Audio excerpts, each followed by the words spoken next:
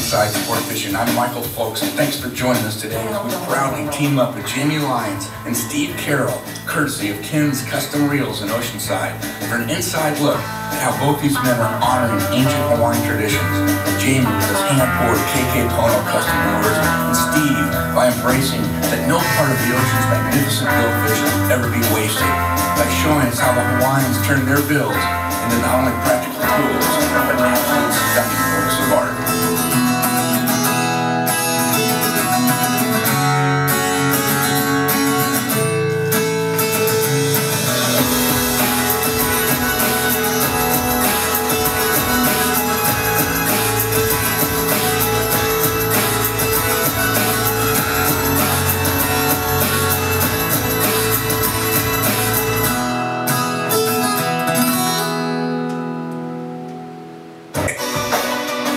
Welcome back to Inside Sport Fishing. I'm Micheal, folks, and once again, thanks for joining us as we proudly take a look at three men who love the sport of fishing. Ken Corman runs one of the most respected professional tackle shops in Southern California, and over the years, Ken has built up a renowned reputation as being one of the best reel repair shops on the coast. While Jamie Lyons, who lives just down the street, has been building custom lures the old-fashioned way, by hand, one at a time, and invited us to come over and take a look at how he does it. Starts off with a insert made out of usually lead, and sometimes we use resin inserts. This is the best one. It has a little bit of weight, and then hollow brass tubing. You can see there like that, and it's all poured in a heat-resistant RTV. That's perfect. It just melted completely in the pot. And you do that, and just take the lead and you pour it in there. And fill it up. All separated for the different lure heads that I'm going to do, and it's all marked on the top so I know which ones are which, because you kind of get confused when you make quite a few different ones, different variations of it. Once it gets to that stage, then I come over here and actually spray paint each one of the lead inserts like that to a different color, whatever color that people want, or whatever is working good at the time. That's the other nice thing about doing this, is that whatever's biting at the time, I can be in contact with somebody and find out what it is and match the color, whatever type of bait it is that they're running. Then what I do next is I have to trim down the back end so it will fit into the insert properly. Once I get that done, I go to the next stage. I put my eyeballs on, whatever type. This is lai skin, actual fish skin, and my logo. The final bit before I pour one of the lures here is I seal off the tubes, especially on the jet heads. Just put a little bit of Play-Doh down in there, kind of cram it into the hole on both ends, and it kind of keeps it from letting the resin flow up inside of the tubing. And then I put it inside of the mold. It's a soft rubber that comes actually as a liquid, and then when it catalyzes it turns into a solid piece. But you stick it down in there just enough, get the perfect length in there. Then I use hair tie things. My wife would love you. Yeah, that's always fun going into the store buying. Buying dozens of hair ties. Everybody's looking at me, yeah, because I got short hair. No need for that. But then that's, before it's all done, then I end up having to pour the resin, and the resin I have in all these little cans here. Just kind of pour a little bit in there, probably too much. I heat it up a little bit, it makes it a little bit more fluid. And I take pearl powder. Giving all my secrets away here. Not very much though, because you don't just want to make it a little bit milky. God, that smells so good. It smells just like making surfboards. Yeah. You said it's a different type of resin. It is a different type of resin. It's just super, super clear. Surfboard resin would be kind of blue if it was poured in there like that right there. I just mix that up. Actually, it takes a little bit to mix that up in there. And actually break down the powder in the liquid. And what does the pearl powder do? It gives it a little bit of an essence, as you can see in there now. Yep. You have a pearl essence, kind of like the skin on a fish. That's the best part about that. And then I add a little bit of color, and all the different colors up here on the top, because I can match just about any color that there is. And I pour it down the wood stick first. That way not a whole bunch goes into the color. So I don't want it to get too blue, I want it to be clear. Okay.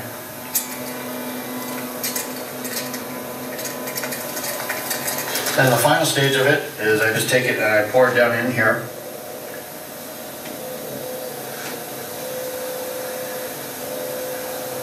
Do it sideways, that way any air bubbles can get out of there.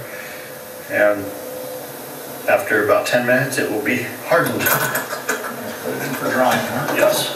I'll set it up on a Little easy bake. yes. Called an easy bake oven. That's a man style easy bake oven. The next stage, once you get to this point here, is to put it on the lathe and cut a couple of tie downs on it.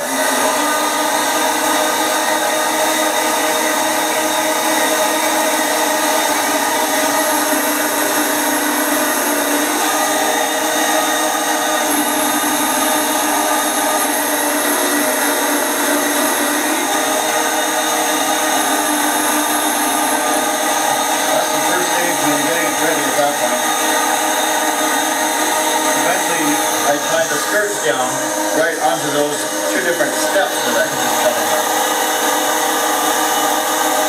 3 different stages of sanding, usually 36, 80 grit, and 220. I just cut it off.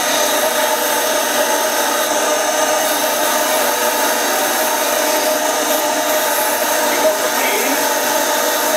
This is 60. 60s and 80.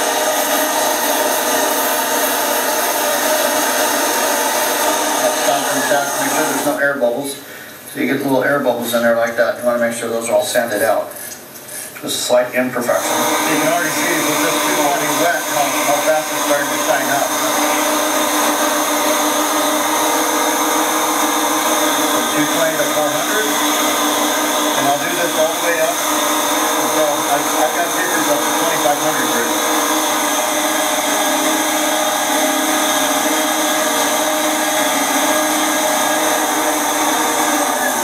It is really all a sense of feel.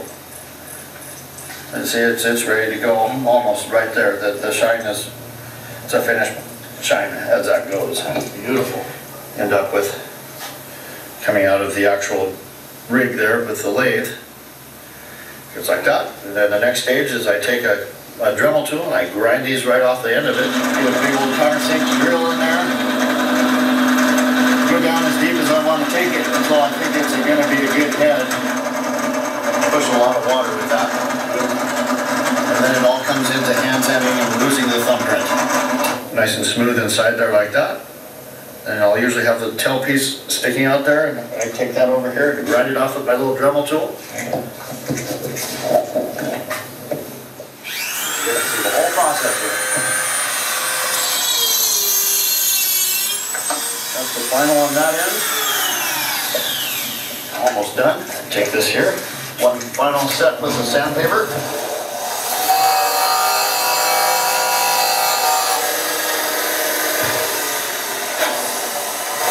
And that's the back side of that. And what I do before I pour any of these, I also put Play-Doh in there to keep it sealed so it's shut. Countersink a little bit in each one so the fishing line doesn't cut anything. Or, excuse me, so the grass doesn't cut the fishing line. That's all smooth edges back there. So now, I think the water's hot enough. We put it in boiling water. You trimmed off the tip already, then? I trimmed off the tip. It was a hollow point like you saw where it comes down. And I get about the same size it's going to need to be to fit over the back of them.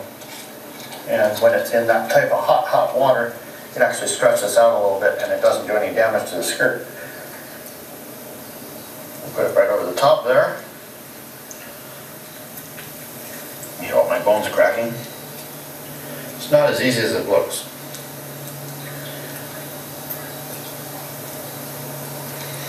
I think get it right to where you want it. The color's all in the right place.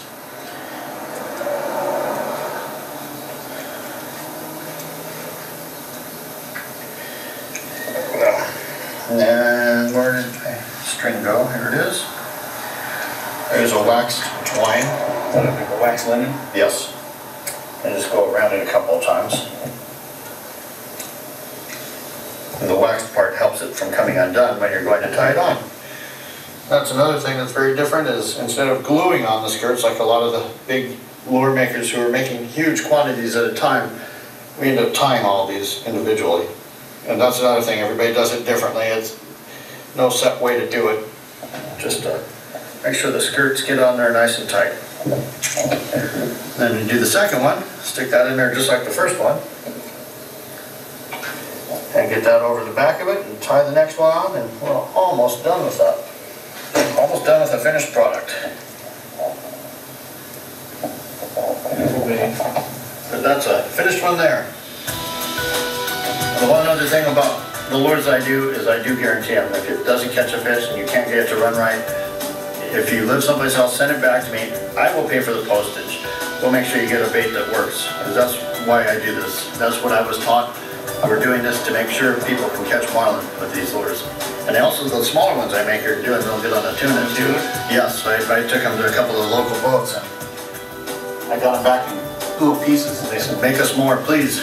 So, Where can we get one, Jamie? Where can they get one? so that's just regular KKPONOLURES.com. Okay.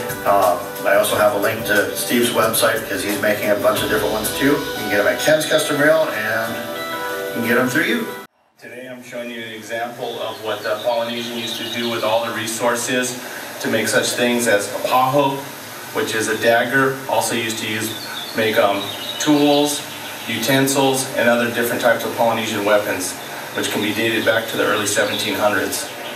Once they catch the fish, they would have to dry it out, such as this one, which has been drying out for about 4 months. Once it's dried out, then we end up having to sand the top surface and find the piece of wood that you want to use. Once you find the piece of wood, come up with the design. Like I said, I'm doing a dagger. It's kind of a two-purpose weapon. Not only do you have the marlin bill to pierce someone with, but you also have the point on the back end kind of as a slashing tool also. So this one, like I said, I've kind of rough drawn the design out there. The next step would be to, for me, it would be to jigsaw.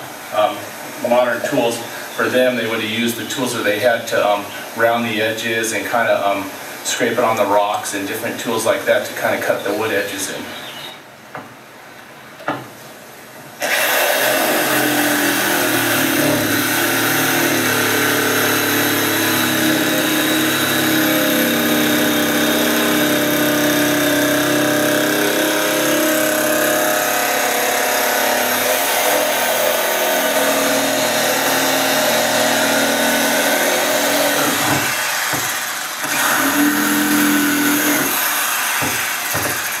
This is Kamani wood. It is known to the Hawaiian Islands.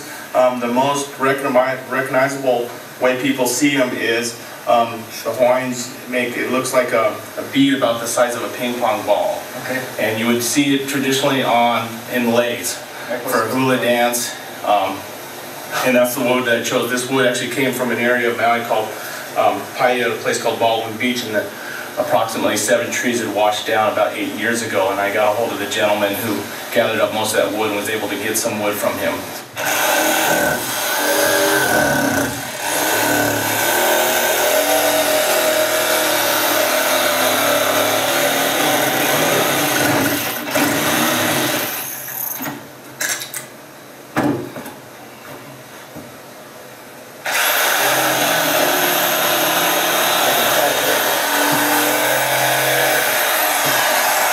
Have my rough cut of what I want my design to look like. Now that I've got the wood cut out, I'm going to go ahead and shape it. I've already started on this one, so we're going to just go ahead and finish shaping it. And like I said, I just use a disc grinder with, I'm using 50 grit on this.